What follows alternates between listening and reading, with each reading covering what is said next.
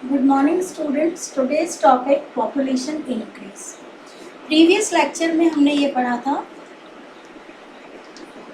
जो human resource होता है उसमें पॉपुलेशन जो है उसका बहुत इम्पॉर्टेंट रोल होता है और बहुत इम्पॉर्टेंट रोल होने के कारण ही पॉपुलेशन से रिलेटेड या उसके रिगार्डिंग जितनी भी इंफॉर्मेशन होती है उसकी स्टडी ह्यूमन रिसोर्स के अंदर की जाती है।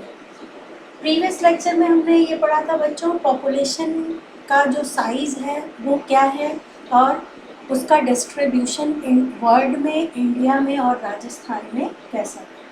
आज हम पढ़ेंगे, डेंसिटी को हम बाद में लेंगे, पहले हम पॉपुलेशन इंक्रीज पढ़ेंगे। पॉपुलेशन इंक्रीज का मतलब होता है population increase refers to the change in number of resident of a country, state and reason.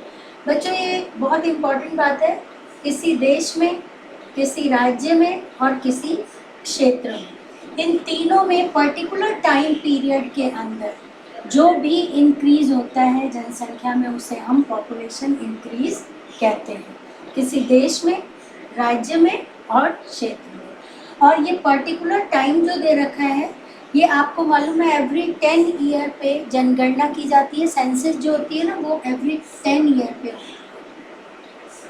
तो पर्टिकुलर टाइम कितना है 10 ईयर का। 10 ईयर के अंदर कंट्री में, स्टेट में और रीजन में जो इंक्रीज होता है उसे हम पॉपुलेशन इंक्रीज कहते हैं। फिर है change can be described in 2 forms.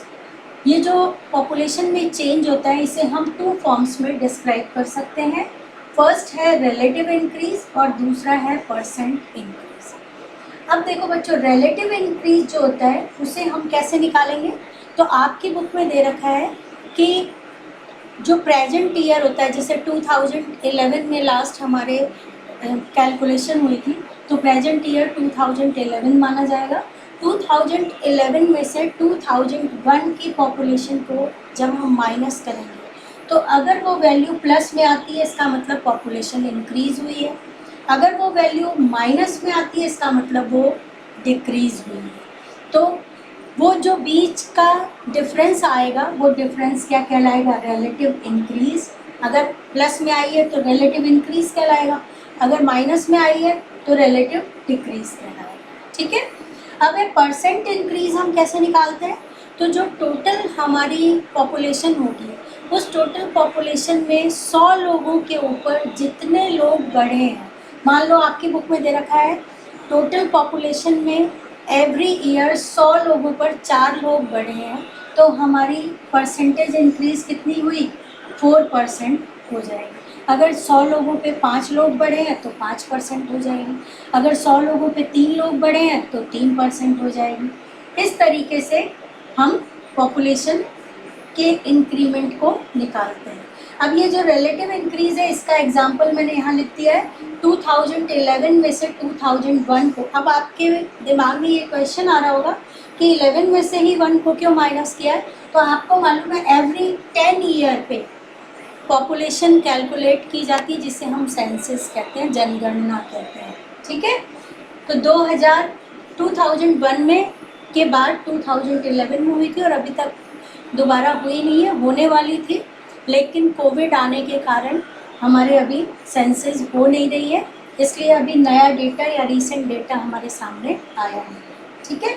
तो इंक्रीज हम कैसे निकालेंगे, प्रेजेंट की में से लास्ट जो कैलकुलेशन हुई थी उसको माइनस करके देख लेंगे, अगर ये वैल्यू प्लस में आती है तो रिलेटिव इंक्रीज कितनी आएगी, इंक्रीज हो जाएगी, और अगर माइनस में आएगी तो यहाँ इंक्रीज के बजाय हम डिक्रीज लिख देंगे। और दूसरा मेथड होता है चेंज को निकालने का, परसेंटेज मेथड। इसमें हम क्या करते हैं, एवरी 100 पीपल पे जितने भी पीपल बढ़े हैं उतने पीपल के बढ़ने के नंबर्स को ही हम परसेंट मान लेते हैं। जैसे 100 लोगों पे 3 लोग बढ़े 3%, 4 लोग बढ़े 4%, 5 लोग बढ़े 5%। ठीक है।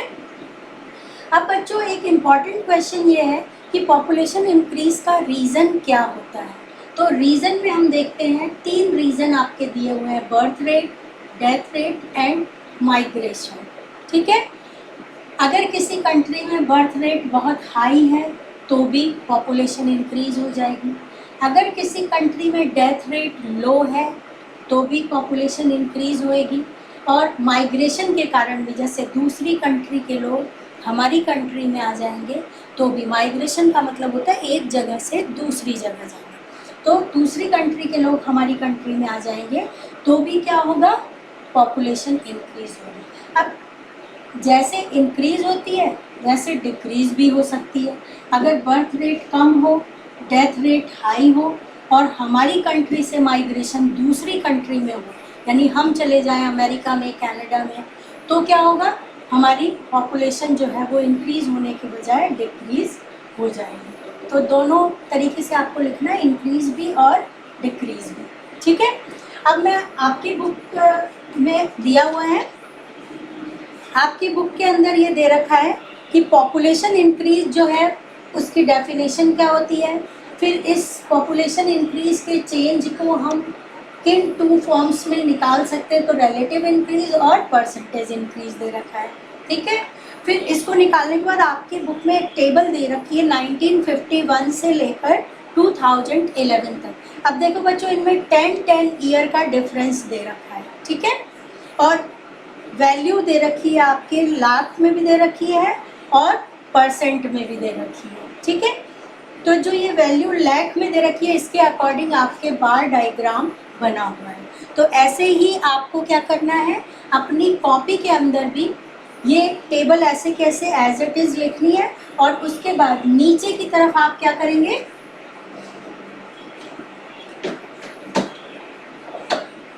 नीचे की तरफ बच्चों आप एक डायग्राम बनाएंगे और उस डायग्राम के अंदर आप ये शो करेंगे। जैसे आपके टेबल दी हुई है, ईयर दिया हुआ है, ठीक है।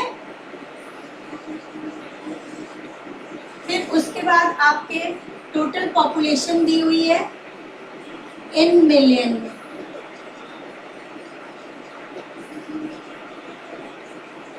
फिर आपके रिलेटिव पॉपुलेशन इंक्रीज दे रखा है, यानी कितनी इंक्रीज हुई है, फिर उसके बाद आपके दे रखा है परसेंटेज, ठीक है।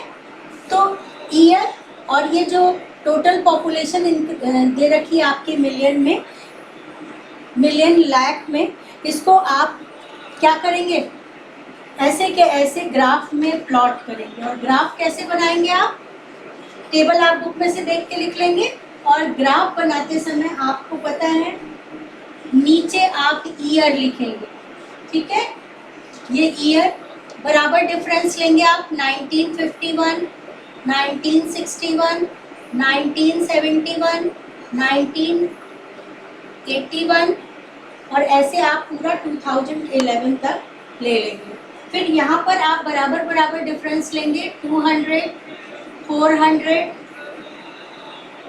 600, 800, 1000, 1200 और 1400, और फिर उसके अकॉर्डिंग आप प्लॉट कर लेंगे। जैसे आपके इन 1951 में दे रखा है बच्चों 361, तो 361 आपका कहाँ आएगा, 400 से थोड़ा नीचे आएगा, तो इसके ठीक सामने आप एक डॉट लगाएंगे, और 5 ऐसे स्केल के अकॉर्डिंग, या फिर अगर प्लेन कॉपी में आप बना रहे हैं तो ऐसे बराबर थोड़ा सा डिफरेंस ले लेना, और एक ऐसे आपके बार बन जाएगा, ठीक है। फिर ये जो बीच का गैप होगा ये भी आपको बराबर बराबर लेना, अपने अकॉर्डिंग ले लेना, 5 का भी ले सकते हो, 2 का भी ले सकते हो, 10 का भी ले सकते हो, जितना कॉपी में सूटेबल हो आपके। फिर ऐसे ही सेम 1961 में आपके 439 दे रखा है, तो वो 439 आपका थोड़ा सा ऊपर आएगा, ठीक है। ऐसे इस तरीके से आपको ये पॉपुलेशन इंक्रीज का ग्राफ बनाते जाना है, जैसा आपकी बुक में दे रखा है, ठीक है। ऐसे नाप के सही से बनाएंगे आप, और इंक्रीज को आप फिर शो कर देंगे। ये तो आपका हो गया लाख में, और अगर परसेंट में भी आपको निकालना है तो आप इसको दोबारा से इस तरीके से एक ग्राफ आपके दे रखा है रिलेटिव इंक्रीज का, इसको आप नंबर्स को देखकर आप इसको प्लॉट कर लेंगे, ठीक है। तो ये बच्चों आपका हो गया पॉपुलेशन इंक्रीज के बारे में नॉलेज। पॉपुलेशन इंक्रीज की डेफिनेशन हो गई, पॉपुलेशन इंक्रीज के क्या क्या मेजर्स होते हैं वो हो गए। इसके बाद आपके पॉपुलेशन इंक्रीज निकालते कैसे हैं, रिलेटिव पॉपुलेशन इंक्रीज कैसे निकलेगी और परसेंटेज इंक्रीज कैसे निकलेगी, ये मैंने आपको समझा दिया। फिर इसके डायग्राम समझा दिए। इसके बाद हमने ये पढ़ लिया कि रीज़न क्या क्या होता है पॉपुलेशन इंक्रीज का। तो पॉपुलेशन इंक्रीज का रीज़न 3 बताए मैंने, बर्थ रेट, डेथ रेट और माइग्रेशन। अब आपके एक इम्पॉर्टेंट बात है कि बर्थ रेट किसे कहते हैं, ठीक है। बर्थ रेट, फिर डेथ रेट,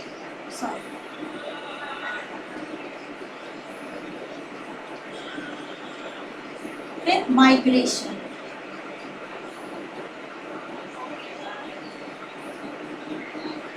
अब इन तीनों के डेफिनेशन आपको एप्रोप्रिएट नोट्स कॉपी में लिखनी है। देखो बच्चों, बर्थ रेट जो होती है, birth rate refers to the number of children born in a year per 1000 person, यानी 1000 लोगों पर जितने भी बच्चे जन्म लेते हैं उनमें से जितने जिंदा रहते हैं उसे हम क्या कहते हैं, बर्थ रेट कहते हैं, ठीक है। और बर्थ रेट जो है वो एक इम्पॉर्टेंट फैक्टर माना गया है पॉपुलेशन इंक्रीज का। तो सिंपल सी बात है कि नंबर ऑफ पीपल इंक्रीज होंगे तो वो किस कारण से होंगे, जन्म लेने के कारण ही तो होंगे।